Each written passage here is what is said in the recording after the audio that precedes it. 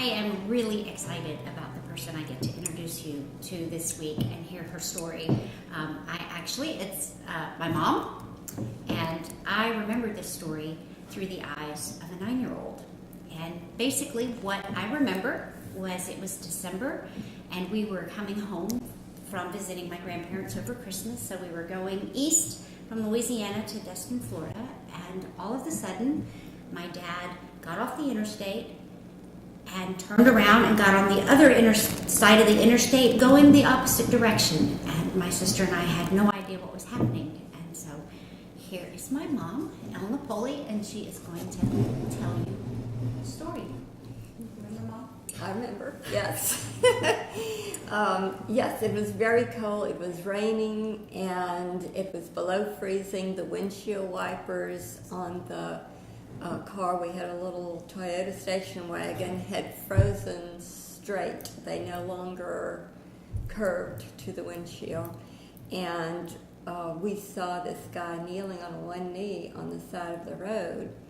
We passed him up, and your daddy said, we need to go back and get him or he's going to freeze to death. So we went back and picked him up. I sat in the back seat with you and with you and Dawn, and then it got more crowded. It got crowded. It was a small car, and he sat in the front seat, and there was an aroma that filled the car. I still remember it. Yes. Not something you forget. No.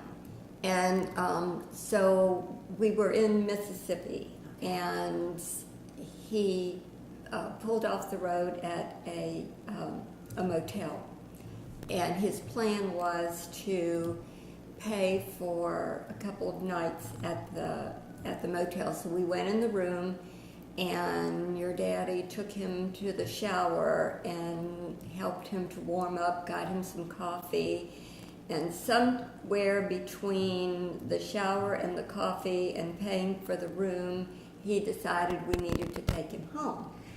So when we got him home, we found out that he was sick. So Daddy took him to the hospital. He had pneumonia. So we took care of that, and then we brought him back home. And I remember that even though he had a fresh change of clothing and everything was clean, when you would pass his room, you could still smell the smell. And then whenever we had dinner, there were never any leftovers. He would eat everything. And so he stayed with us a while, and then once he recovered, Daddy gave him some money, and he gave him a jacket, which was his best jacket, and sent him on his way to pick oranges. Well, a couple weeks later, Robert shows up on our door again. The orange groves froze. So he was back with us, and he lived with us for quite some time. I don't remember exactly how long he was with us, but he was with us, and then some of the members of our community, our church community, got him a job in a restaurant. And at that time, we were living in a community where our church was trying to live the first century church lifestyle. Over the next couple years or so, we had, several people that lived with us. But I remember some of them. Mm-hmm, yeah. Robert was definitely the more memorable one.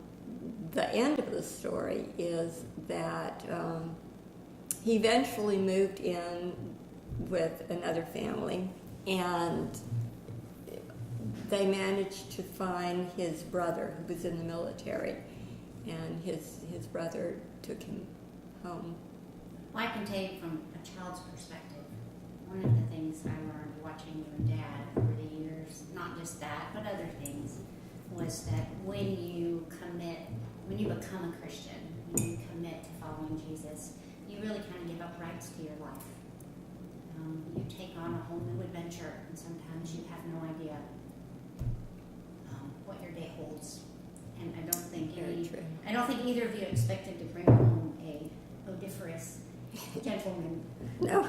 that particular No. cold December day. Right. And the truth is, I don't know if Robert would have survived because he did have pneumonia, which we didn't know. Right. But he was an experience for many in the community. That's great. Well, thanks, Mom. Thanks for sharing You're welcome. that story.